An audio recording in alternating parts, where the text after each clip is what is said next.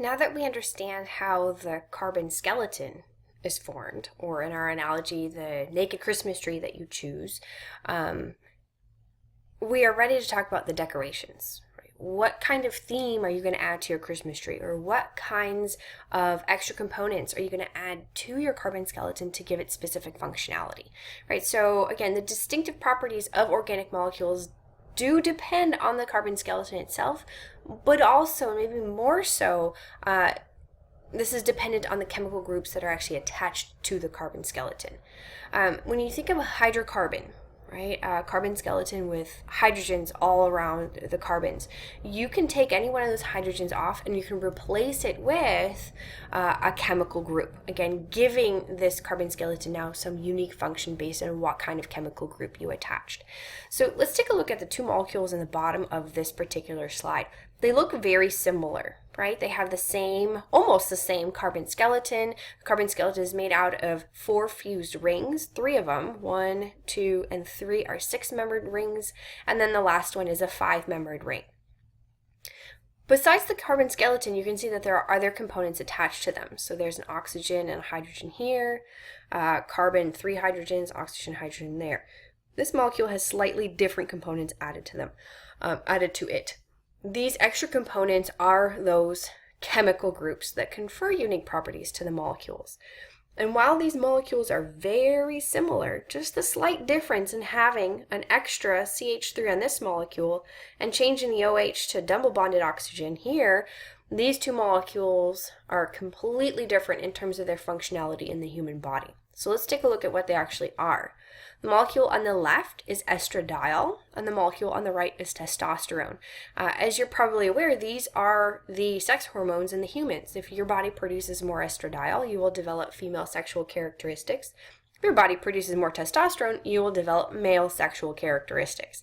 So again, this shows you how sensitive the body can be to very slight differences in molecular structure, right? If you've got this chemical group attached to it, you're going to end up looking like a female, and if you have these two added to it, you're going to end up looking like a male.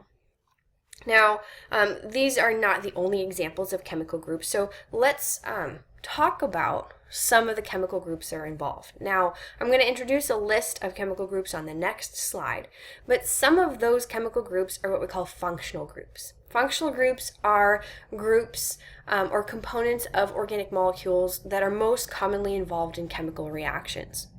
And the number and the arrangement of those functional groups will give each organic molecule its unique properties.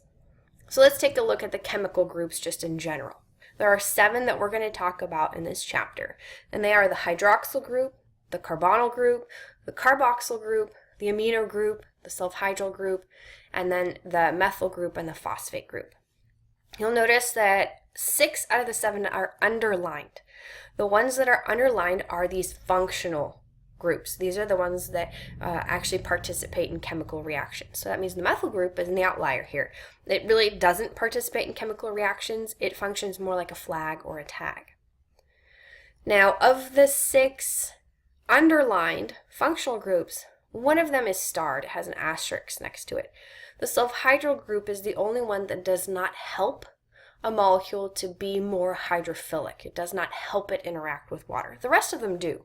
So the hydroxyl, carbonyl, carboxyl, amino, and the phosphate groups all will help a molecule be more hydrophilic. The methyl group also, while it's not a functional group, also does not help with a molecule becoming more hydrophilic.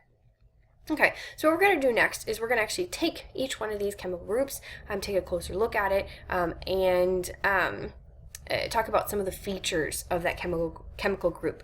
I do want you to know the names of each of these, the chemical structure, and at least one defining feature, which we'll cover again in the subsequent slides. Okay, so the hydroxyl group, this is the first one. What I'm going to do is I have my my molecule models here, and I'm going to be taking a simple carbon skeleton. So this carbon skeleton has 4 black carbons, and we're going to attach some chemical groups one at a time to this carbon skeleton to see how you would, for example, decorate a carbon skeleton with the various chemical groups. So the first chemical group that we're looking at is the hydroxyl group. This is pretty simple. It's just an oxygen in red and a single hydrogen attached to it, and you would take your little hydroxyl group and you would add it here to the carbon skeleton like that. And that would usually go in place of a hydrogen. So an example of a molecule that has a hydroxyl group right here is ethanol. So if you remember from earlier in this chapter, in this position you can have a hydrogen, and that will simply just be ethane. But you can take that hydrogen off, replace it with a hydroxyl group, and all of a sudden you've created ethanol. Anytime a molecule has a hydroxyl group attached to it, you make it into an alcohol. So ethanol is the main component of alcoholic beverages that encourages us to consume them, apart from maybe them being tasty in some cases. All right, so hydroxyl group makes molecules alcohols, and it's an OH. Now, the next chemical group is the carbonyl group. This one is a little bit more involved in that it's actually a double bonded oxygen attached to a carbon, so much like what you see here in my model. Now, the carbonyl group is interesting in that depending on where you add that double bonded oxygen within the carbon skeleton, it will give you one of two different kinds of molecular or categories of molecules. So it'll either make a ketone or it'll make an aldehyde. We have examples of a ketone and an aldehyde in this slide right here. So if you add the double bonded oxygen to a carbon somewhere in the middle of the carbon skeleton, you will make what is called an ketone. Here's acetone, one of the components of nail polish remover. It happens to be a ketone.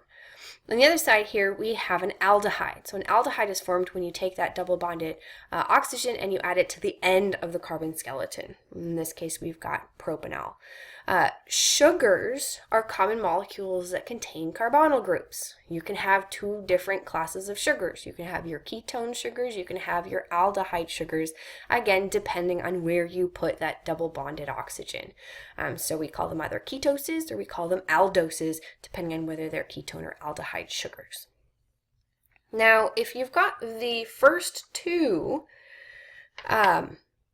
chemical groups down, those are pretty easy, right? The OH for the hydroxyl and the double bonded oxygen for the carbonyl. The next group is a blend between the two. So let's take a look. If we've got our, let's say, carbonyl group, right? We've got our double bonded oxygen here to a carbon, and we've got our hydroxyl group, which is an OH. The next functional group is a blend between those two. So we're going to take carb and oxyl to form our carboxyl group, which is actually a double bonded oxygen to carbon plus an OH. Something like that. So if we take a look at it, I've got my carbonyl group, and then I can add a lovely little OH here to get our carboxyl group. Now, a carboxyl group is interesting in that it will help a molecule behave as an acid. So if you take a look, here is acetic acid. This is one of the components of vinegar, one of the acidic components of vinegar. You can see the carboxyl group right here. What can happen is much like how we discussed in chapter 3, talking about pH and acids and bases, the OH component here of the carboxyl group can actually lose the hydrogen. The hydrogen can dissociate and go off into solution, is what you see here. It goes on off into the solution, right? It tips the balance of hydroxyl or hydroxide ions and hydrogen ions in your solution, right? So if it releases the hydrogen into solution, it tips the balance this way. Anything that increases hydrogen ion concentration of the solution is going to make that solution more acidic. Therefore, the carboxyl group can function as an acid. Okay, so you can imagine that if we have a chemical group that functions as an acid, we probably also have one that functions as a base, right? So this is our amino group. So if I take my little carbon skeleton, an amino group is a nitrogen in blue, covalently bonded to 2 hydrogens. And we can add that now to our little carbon skeleton here instead. So now we have this amino group, and the amino group can function instead as a base, which means it can take hydrogen ions out of solution. So you can see here this hydrogen ion will be attracted to the nitrogen here, and that hydrogen ion gets pulled out of the solution. So that's the amino group. Okay, the next one is pretty unique. This is called the sulfhydryl group. The sulfhydryl group introduces a new element to our chemical groups, and that's the sulfur. So here we've got our carbon skeleton. In yellow here we have our sulfur and the hydrogen attached to it. We can attach our little sulfhydryl group here to our carbon skeleton. The example that is shown here of a molecule that has a sulfhydryl group is cysteine. Cysteine is an amino acid. Amino acids are used to build proteins. And things in your bodies that are made out of protein, your muscle has a lot of protein. Your hair, for example, is made out of proteins. So let me tell you a little story. When I was learning how to drive, I had a driving instructor. His name was Lloyd. And Lloyd was this short little man, and he was late to one of my driving lessons.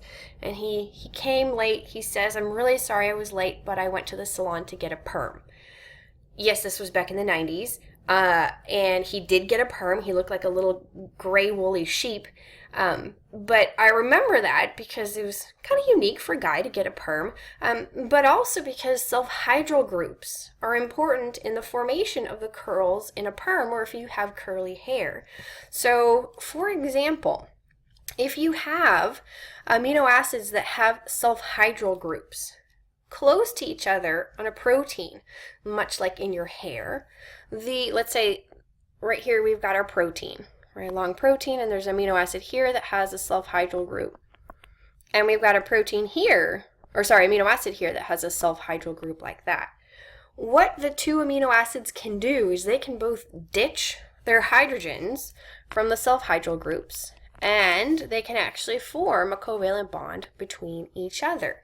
This is how curls are maintained natural or after a perm. You actually create sulfhydryl group bonds, which are called disulfide bridges. Disulfide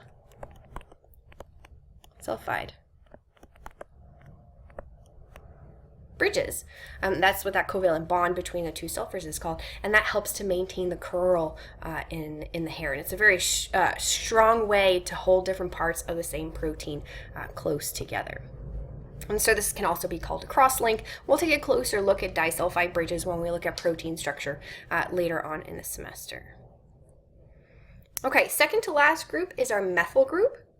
Now the methyl group is simply, it looks a lot like methane, which is a carbon with 3 hydrogens attached to it. But in this case, our methyl group is a single carbon in the middle with 3 hydrogens because you need that last bond to actually be able to attach to, if I can do it, the carbon skeleton to look something like that.